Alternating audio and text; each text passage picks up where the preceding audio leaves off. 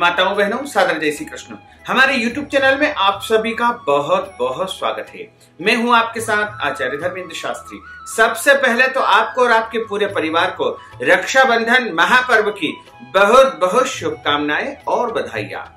भाई बहन के पवित्र रिश्ते का त्योहार होता है रक्षाबंधन, जो कि श्रावण माह के शुक्ल पक्ष की पूर्णिमा तिथि को श्रवण नक्षत्र में मनाया जाता है।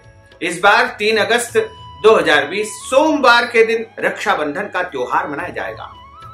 विशेषता यह है इस बार कि रक्षाबंधन के दिन श्रावण सोमवार का आना अपने आप में दुर्लभ और अद्भुत संयोग बन रहा है, क्योंकि श्रावण का महीना भगवान भोले बाबा का परम प्रिय माह माना जाता है। और ऐसे में श्रावण सोमवार के दिन यदि रक्षाबंधन आता है तो और भी अद्भुत संयोग बन रहा है। लेकिन आपको कुछ ऐसी सावधानी इस दिन रखना होगी जिससे भोले बाबा तथा माता पार्वती प्रसन्न रहें। चूंकि रक्षाबंधन भाई बहन का त्योहार होता है और इस दिन सभी बहनें अपने अपने भाइयों को राखी बांधती है। सभी बहनें इंतजार करती है कि रक्षाबंधन का त्योहार कब आएगा, तथा सभी भाई भी इंतजार करते हैं कि रक्षाबंधन आएगा और मेरी बहना मुझे राखी बांधेगी। लेकिन कुछ भाई ऐसे होते हैं जिनकी बहन नहीं होती है और कुछ बहनें ऐसी होती है जिनके भाई न होते हैं। इसलिए चिंता न करें, यदि आपके भाई या बहन नहीं है तो आप देवी देवताओं को भी अपना भाई या बहन मान सकते हैं। जैसे किसी बहन का यदि भाई नहीं है तो वो अपने इष्ट देवता को, यानी भगवान शंकर जी को, भगवान गणेश जी को, कृष्ण भगवान को, जिनको भी चाहे वह अपना भाई मान सकती है। यदि किसी भाई की बहन नहीं है तो वो किसी भी देवी को अपनी बहन मान सकता है। जैसे माता महालक्ष्मी को, माता महाकाली को, माता महासरस्वती को, या फिर संतोषी माता को, या अन्य कोई भी देवी को अपनी बहन मान करके उनके हाथ से स्पर्श करवा करके राखी अपने स्वयं के हाथ में बांध सकते हैं। यानी इस प्रकार आप राखी का त्योहार मना सकते हैं। चूंकि भाई बहन के प्रेम प्रदर्शित करने का सबसे बड़ा त्योहार रक्षाबंधन होता है और इस बार रक्षाबंधन का त्योहार श्रावण सोमवार को है। श्रावण का महीना भगवान भोले बाबा का सबसे प्रिय महीना होता है। क्योंकि श्रावण मास में भगवान भोलेनाथ इस पृथ्वी पर आते हैं और माता पार्वती के साथ में पृथ्वी पर अपनी ससुराल में भ्रमण करते हैं, तथा श्रावण सोमवार के दिन प्रसन्न मुद्रा में भक्तों को मनवांछित फल प्रदान करने के लिए वो निरंतर उपस्थित रहते हैं। ऐसे में यदि आप श्रावण सोमवार के दिन रक्षाबंधन का पर्व मनाने जा रहे हैं तो आपको कुछ बातों का विशेष ध्यान रखना होगा। तो सबसे पहले हम आपको बता दें कि इस बार राखी बांधने की जो श्रेष्ठ मुहूर्त है वो कब से कब तक रहेंगे, तथा आपको रक्षाबंधन के दिन क्या क्या विशेष सावधानी रखनी है और भोले बाबा तथा माता पार्वती को प्रसन्न करने के लिए ऐसा कौन सा आप उपाय कर सकते हैं। तो सबसे पहले हम आपको बता दें कि 3 अगस्त 2020 सोमवार के दिन रक्षाबंधन मनाया जाएगा और इस दिन राखी बांधने के जो श्रेष्ठ मुहूर्त होंगे, चूंकि पूर्णिमा तिथि तो एक दिन पहले यानी 2 अगस्त की रात्रि 9:30 से प्रारंभ हो जाएगी, जो कि 3 अगस्त को रात्रि 9:27 तक रहेगी। वहीं भद्रा जो कि 2 अगस्त की रात्रि 9:41 से प्रारंभ होगी, जो कि 3 अगस्त की सुबह 9:24 पर भद्रा समाप्त हो जाएगी। हमारे धर्म शास्त्रों तथा पुराणों में लिखा हुआ है कि भद्रायाम द्वैन कर्तव्यम श्रावणी फाल्गुनी तथा, अर्थात भद्रा में 2 कर्म बिल्कुल नहीं करना चाहिए। एक होता है श्रावणी यानी राखी बांधने का कार्य, दूसरा होता है होलिका दहन, जिसे हम फाल्गुनी कहते हैं। तो रक्षाबंधन का जो कार्य है वह शुभ मुहूर्त में संपन्न होना चाहिए, तथा इसमें वैसे तो पंचक का दोष नहीं माना जाता है, लेकिन 4 अगस्त को पंचक सुबह 8:48 पर प्रारंभ हो रहे हैं, जो कि 9 अगस्त तक रहेंगे। इस कारण इस बार रक्षाबंधन का जो पूरा दिन है यानी सुबह 9:24 से लेकर के देर रात्रि तक कई ऐसे शुभ मुहूर्त आएंगे जिनमें आप रक्षाबंधन का त्योहार मना सकते हैं। और इस दिन रक्षाबंधन का यानी बहन के द्वारा भाई को राखी बांधने का जो सबसे शुभ मुहूर्त रहेगा, जो पहला मुहूर्त प्रारंभ हो रहा है वो सुबह 9:24 से लेकर के सुबह 10:30 तक रहेगा। इसे शुभ का चौगड़िया कहा जाएगा। तथा उसके बाद जो दूसरा मुहूर्त प्रारंभ होगा दोपहर 1:30 से लेकर के शाम को 6 बजे तक निरंतर मुहूर्त रहेगी। 1:30 से लेकर के शाम को 6 बजे तक जो मुहूर्त रहेंगे उनमें चर, लाभ और अमृत तीनों चौकड़ियां रहेंगे। तीनों ही श्रेष्ठ माने जाते हैं। उसके बाद रात्रि को 10:30 से लेकर के रात्रि 12 बजे तक लाभ का चौगड़िया रहेगा। हालांकि इस दौरान पूर्णिमा तिथि नहीं रहेगी, लेकिन फिर भी चूंकि पूर्णिमा तिथि उदया तिथि है, इसलिए आप इसमें भी रक्षाबंधन का कार्य संपन्न कर सकते हैं। चूंकि इस दिन श्रावण का सोमवार है, इसलिए आपको कुछ बातों का विशेष ध्यान रखना होगा।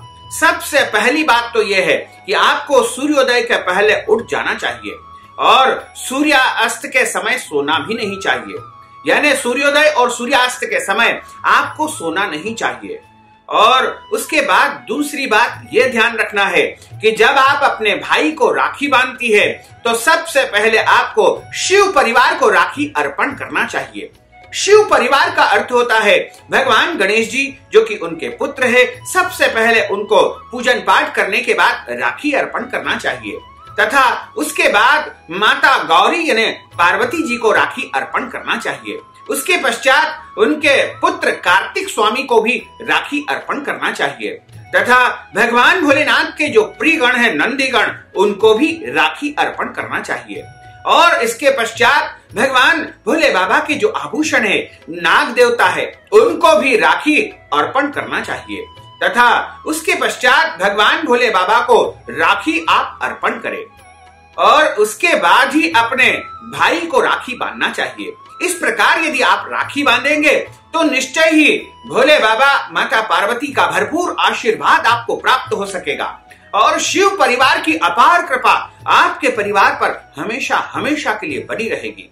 तथा आपको यह भी ध्यान रखना है कि उस दिन यदि आप सोमवार का व्रत करते हैं तो आप एक समय भोजन करेंगे।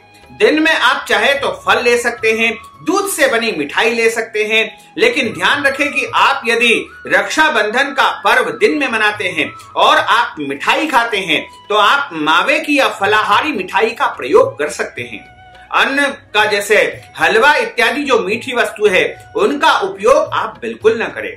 इसके अलावा आप दूध या फल से निर्मित समस्त वस्तुओं का उपयोग इस दिन रक्षाबंधन के त्योहार में कर सकते हैं।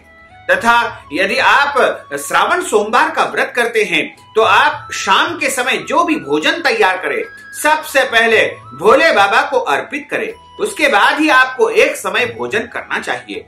तथा आपको इस दिन यह भी ध्यान रखना है कि भोजन में लहसुन प्याज का बिल्कुल भी उपयोग नहीं करना चाहिए। पूरे दिन आपको लहसुन प्याज से दूरी बना करके रखना चाहिए।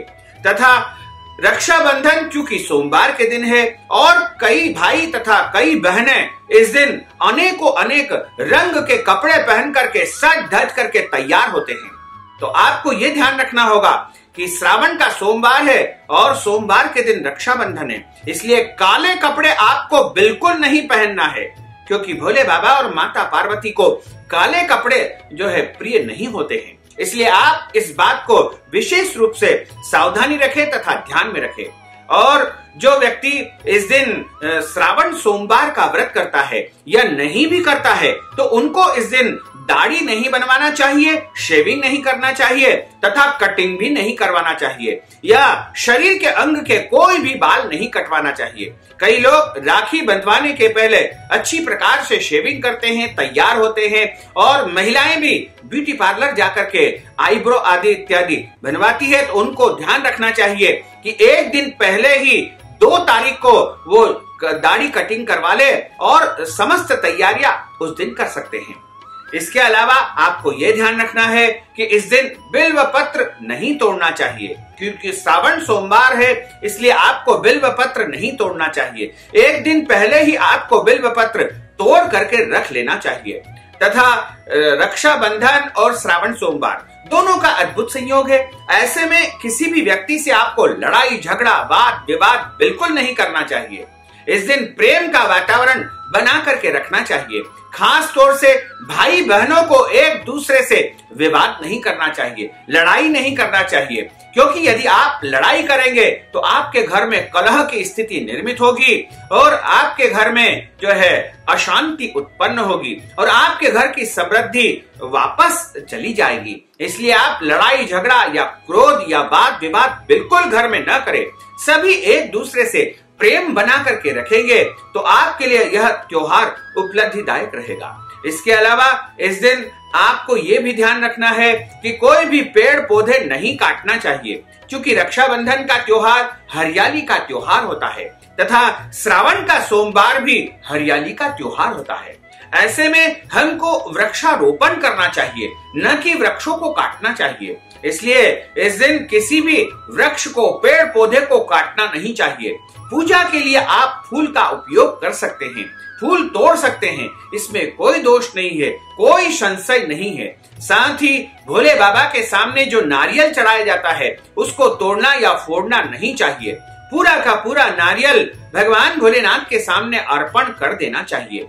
यदि आपको नारियल खाना है या नारियल आपके घर में तोड़ा जाता है तो आप अलग से एक नारियल ले जाकर के तोड़ सकते हैं, फोड़ सकते हैं और उसका उपयोग कर सकते हैं। साथ ही आपको रक्षाबंधन के दौरान जो नारियल आप उपयोग करते हैं, अक्सर देखने में आता है कि सूखा नारियल या सूखा गोला ही लोग उपयोग करते हैं, लेकिन ऐसा बिल्कुल नहीं करना चाहिए, क्योंकि जो गीला नारियल होता है उसमें लक्ष्मी का वास होता है। इसलिए आपको गीला और पानी वाला नारियल ही इसमें उपयोग करना चाहिए। और इस रक्षाबंधन के त्योहार को सभी को मिलजुल करके पूरे प्रेम के साथ में, सौहार्द के साथ में और शांति के साथ में अच्छी प्रकार से मनाना चाहिए। तथा राखी बांधने के लिए भाई को पूर्वाभिमुख या उत्तर में मुंह करके बिठाना चाहिए और सबसे पहले उनको कुमकुम या रोली का तिलक लगाना चाहिए। और जब आप तिलक लगाते हैं तो अपने भाई को, छोटा भाई है तो अंगूठे से तिलक लगाएं, और यदि बड़ा भाई है, पूजनी है, माता पिता है तो उनको इस उंगली से यानी अनामिका उंगली से आपको तिलक लगाना चाहिए। वहीं आपके यदि पूज्य लोग हैं, जैसे आप गुरुदेव को राखी बांधते हैं, भगवान को राखी बांधते हैं या अन्य साधु संतों को राखी बांधते हैं, तो आपको इस उंगली का उपयोग तिलक लगाने में करना चाहिए। तथा इस दिन आपको अपने भाई के सर पर एक रुमाल रख करके तिलक लगाना चाहिए और अक्षत यानी चावल का उपयोग इसमें किया जाता है। चावल जो कि टूटे फूटे बिल्कुल नहीं होना चाहिए। और उसके बाद आप भाई के सीधे हाथ में राखी बांधे और राखी बांधने के बाद उसके हाथ में नारियल और कुछ द्रव्य दक्षिणा इत्यादि दी जाती है, उपहार दिया जाता है और कई जगह नारियल हाथ में रख करके उसके बाद राखी बांधी जाती है। उसके बाद आप अपने भाई को मिठाई खिलाएं तथा भाई भी अपनी बहन को मिठाई खिलाएं, उनको उपहार स्वरूप कुछ न कुछ जो भी अपनी शक्ति है, सामर्थ्य है, उसके अनुसार उनको भेंट अवश्य प्रदान करें। आप उनको वस्त्र दान कर सकते हैं, फल का दान कर सकते हैं और पैसों का दान कर सकते हैं, स्वर्ण दान कर सकते हैं, अन्न दान कर सकते हैं, घर का दान कर सकते हैं, भूमि का दान कर सकते हैं, वाहन का दान कर सकते हैं, आभूषण का दान कर सकते हैं, या जो भी आपका सामर्थ्य है, आपकी शक्ति है, उसके अनुसार आप अपनी बहन को कुछ न कुछ दान अवश्य करें। इसी के साथ आपको जो है प्रेम के साथ में इस त्योहार को मनाना चाहिए। तो निश्चित तौर से भगवान भोलेनाथ और माता पार्वती की अद्भुत और दुर्लभ कृपा आपके ऊपर तथा आपके परिवार के ऊपर सदैव बनी रहेगी। तो भक्तजनों, माताओं, बहनों, हमने जो ज्ञानवर्धक जानकारी आपको प्रदान की है उसको आप अधिक से अधिक लोगों को शेयर करिएगा, लाइक करिएगा, कमेंट करिएगा और यदि अभी तक आपने सब्सक्राइब नहीं किया तो अभी और इसी समय सब्सक्राइब अवश्य कर लीजिए। आपको और आपके पूरे परिवार को सादर जय श्री कृष्ण, सादर धन्यवाद।